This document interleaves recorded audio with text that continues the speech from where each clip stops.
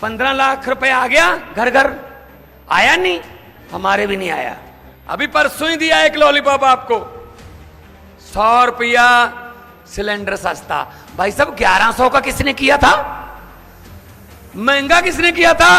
अच्छा भला 300 350 का था, 1100 रुपया करके उसमें से 100 कम कर दिया। कहता बहुत बड़ा आर्थिक लाभ पहुंचा दिया मैंने, खास तौर पे माओ बहनों को। अरे भाई कमाल है यार, 5 साल लूट लिया, लेकिन बंदा बड़ा अच्छा जी, मोदी 100 रुपया शगन दे दिया, ये परसों कर दिया जी। इन बातों में मत आना। 15 लाख की रकम लिखता हूं तो स्याही सूख जाती है, काले धन के बारे में सोचता हूं तो कलम रुक जाती है, हर बात ही जुमला निकली। मोदी जी अब तो ये भी शक है, क्या चाय बनानी आती है? मुझे तो लगता है चाय भी नहीं बनानी आती होगी।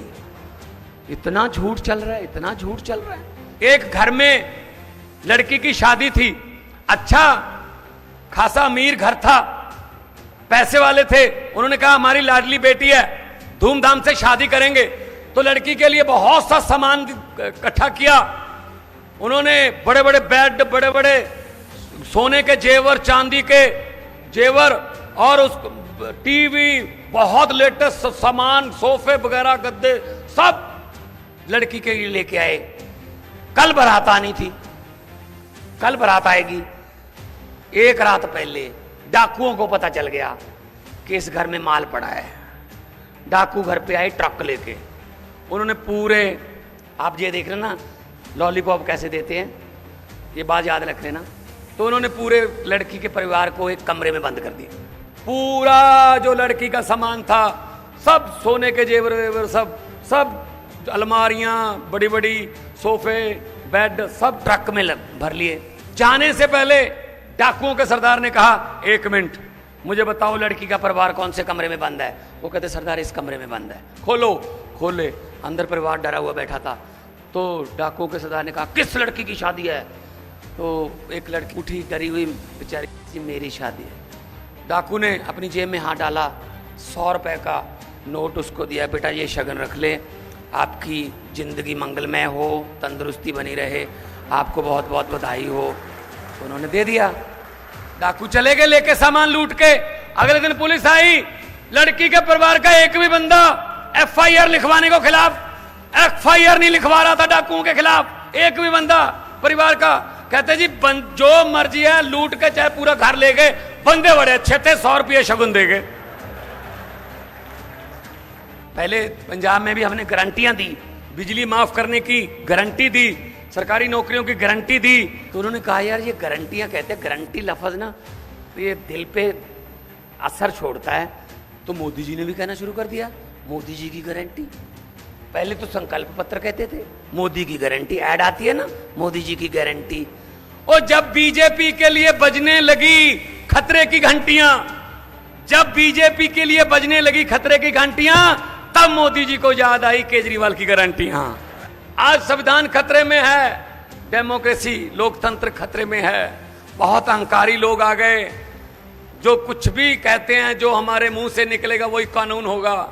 पंजाबी में कहते हैं अत ते खुदा दा वैर है, हंकार दा वैर है रब नाल। रब हंकारियां नू पसंद नहीं करदा, उन्हां नू धरती ते लिआंदा है और जनता च ही रब बसदा है। जिहड़ा रब है परमात्मा किते होर इधरों उधरों नहीं, अपने विच ही बसदा है। पब्लिक जब चाहे आदमी अर्श पर और हंकार करने लगे तो जनता जब चाहे आदमी फर्श पर। कि नफरत की राजनीति नहीं करनी है, धर्म की राजनीति नहीं करनी है, जात पात की राजनीति नहीं करनी है, काम की राजनीति करनी है। इसीलिए तो कई बार क्या होता है ना, उनको पता चल जाता है यार केजरीवाल ने ये बात बोली, ये बात लोगों के दिल में जो है ना वो बस जाती है। जहां केजरीवाल जाता है वो गारंटियां देते हैं, हम गारंटियां देते थे। पहले पंजाब में भी हमने गारंटियां दी, बिजली माफ करने की गारंटी दी, सरकारी नौकरियों की गारंटी दी। फौजी अगर शहीद होता है देश का, पंजाब का कोई भी और दिल्ली का कोई भी फौजी जवान शहीद होता है देश के लिए, तो 1 करोड़ रुपए का चेक उसके भोग से पहले उसके घर वालों को मिल जाता है। ये सम्मान दे रहे हैं हमने गारंटी दी। तो उन्होंने कहा यार ये गारंटियां, कहते हैं गारंटी लफ्ज ना ये दिल पे असर छोड़ता है। तो मोदी जी ने भी कहना शुरू कर दिया मोदी जी की गारंटी। पहले तो संकल्प पत्र कहते थे, पहले तो घोषणा पत्र कहते थे, पहले तो ये मैनिफेस्टो कहते थे, अब कह रहे हैं मोदी की गारंटी। ऐड आती है ना, मोदी जी की गारंटी। और जब बीजेपी के लिए बजने लगी खतरे की घंटियां, जब बीजेपी के लिए बजने लगी खतरे की घंटियां, तब मोदी जी को याद आई केजरीवाल की गारंटियां। देखते जाओ, थोड़ा टाइम दो, धरती पे आएंगे, नीचे आएंगे। देखो आने लगे, अब हाथ जोड़ जोड़ के घर घर घूम रहे हैं ना। किसकी वजह से? अरविंद केजरीवाल की वजह से।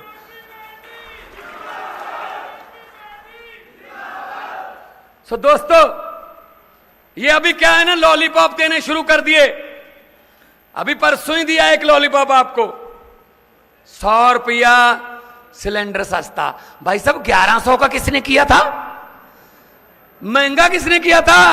अच्छा भला 300 350 का था, 1100 रुपया करके उसमें से 100 कम कर दिया। कहता बहुत बड़ा आर्थिक लाभ पहुंचा दिया मैंने, खास तौर पे माओ बहनों को। अरे भाई कमाल है यार, ये लॉलीपॉप ऐसे देंगे। इनको पता है कि लोगों की ना याद शक्ति कमजोर है। ऐसे 100 रुपये छोड़ दो, लोग कहेंगे 100 रुपये छोड़ दे। मैं आपको बात सुनानी चाहता हूं, याद रखना कि भगवंत मान कुरुक्षेत्र में आए थे, उन्होंने ये बात सुनाई थी। ये लॉलीपॉप कैसे देते हैं और उसके बाद लोगों पर क्या असर होता है। एक घर में लड़की की शादी थी, अच्छा खासा अमीर घर था, पैसे वाले थे। उन्होंने कहा हमारी लाडली बेटी है, धूमधाम से शादी करेंगे। तो लड़की के लिए बहुत सा सामान इकट्ठा किया उन्होंने, बड़े बड़े बेड, बड़े बड़े सोने के जेवर, चांदी के जेवर, और उस टीवी, बहुत लेटेस्ट सामान, सोफे वगैरह, गद्दे, सब लड़की के लिए लेके आए। कल बारात आनी थी, कल बारात आएगी। एक रात पहले डाकुओं को पता चल गया कि इस घर में माल पड़ा है। डाकू घर पे आए ट्रक लेके। उन्होंने पूरे, आप ये देख रहे ना लॉलीपॉप कैसे देते हैं, ये बात याद रख लेना। तो उन्होंने पूरे लड़की के परिवार को एक कमरे में बंद कर दिया, बाहर से कुंडी लगा दी। पूरा जो लड़की का सामान था, सब सोने के जेवर वेवर, सब अलमारियां, बड़ी बड़ी सोफे, बेड, सब ट्रक में भर लिए। ट्रक में भर के जाने से पहले डाकुओं के सरदार ने कहा, 1 मिनट मुझे बताओ लड़की का परिवार कौन से कमरे में बंद है। वो कहते सरदार इस कमरे में बंद है। खोलो। खोले, अंदर परिवार डरा हुआ बैठा था। तो डाकुओं के सरदार ने कहा किस लड़की की शादी है? तो एक लड़की उठी, डरी हुई बेचारी, सहमी हुई, जी मेरी शादी है। डाकू ने अपनी जेब में हाथ डाला, 100 रुपए का नोट उसको दिया, बेटा ये शगन रख ले, आपकी जिंदगी मंगलमय हो, तंदुरुस्ती बनी रहे, आपको बहुत बहुत बधाई हो। तो उन्होंने दे दिया। डाकू चले गए लेके सामान लूट के।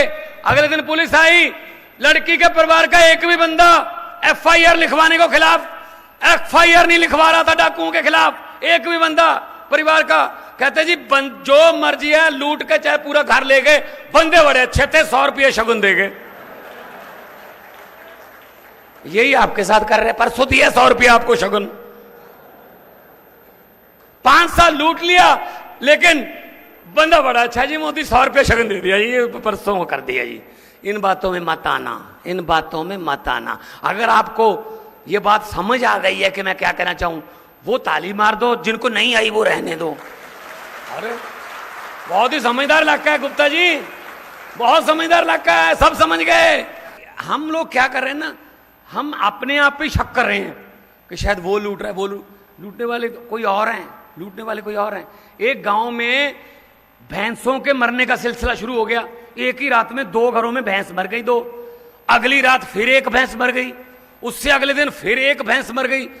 लोग दुखी। वहीं गांव में कोई डेरा था, साधु संत बैठे थे वहां, उनकी बहुत मान्यता थी, लोग मानते थे। उन्होंने जाके गांव वाले ने कहा जी बाबा जी कृपया कीजिए, रास्ता दिखाइए, ये क्या हो गया, गांव में भैंसों के मरने का सिलसिला शुरू हो गया, 4-5 भैंसें मर चुकी हैं 3 दिन में, बताइए क्या करें।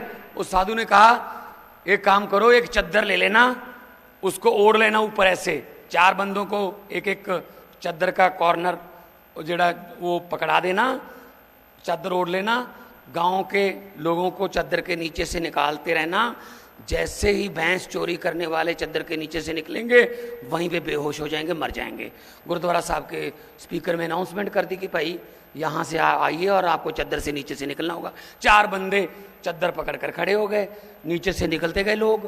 पहले महिलाएं निकली, कोई कुछ नहीं हुआ। फिर बच्चे भी निकाले गए, वो कोई नहीं, कुछ नहीं हुआ। फिर बंदे शुरू हो गए, सारा गांव भाई साहब चद्दर के नीचे से निकाल दिया। ना कोई बेहोश हुआ, ना किसी की मौत हुई। पता क्यों? क्योंकि जो भैंसे चोरी करने वाले चोर थे वो तो चद्दर लेके खड़े थे। मरेगा कौन? चद्दर तो उनके हाथ में थी। हमने भी यही कर रखा है, 70 साल से चोरों को चद्दर पकड़ा रखी है। अब चद्दर ईमानदार बंदों के हाथ में दे दो, सब चोरियां बंद हो जाएंगी, सब डाके बंद हो जाएंगे जो आप पीछे जेब पर बचते हैं। इनका क्या है, ये तो कभी भी मुकर जाते हैं। 15 लाख रुपए आ गया घर घर, आया नहीं, हमारे भी नहीं आया। मैंने पार्लियामेंट में बोल दिया था, हर बात इतना झूठ चल रहा है, हर बात जुमला है, हर बात जुमला है।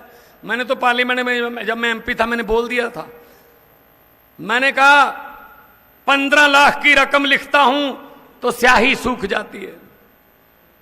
15 लाख की रकम लिखता हूं तो स्याही सूख जाती है। काले धन के बारे में सोचता हूं तो कलम रुक जाती है। हर बात ही जुमला निकली। मोदी जी अब तो यह भी शक है, क्या चाय बनानी आती है? मुझे तो लगता है चाय भी नहीं बनानी आती होगी। इतना झूठ चल रहा है, इतना झूठ चल रहा है। कभी तो सच बोलो लोगों से भाई, कोई बात तो आप पूरी करो, नहीं करते। तो इसलिए सुशील गुप्ता जी के आज हाथ मजबूत करने के लिए आज हमारा जो नारा, जो आज कुरुक्षेत्र को बदलने का, हरियाणा को बदलने का और इंडिया गठबंधन को जिताने का है, उस पे आप लोग हमारा साथ दीजिए।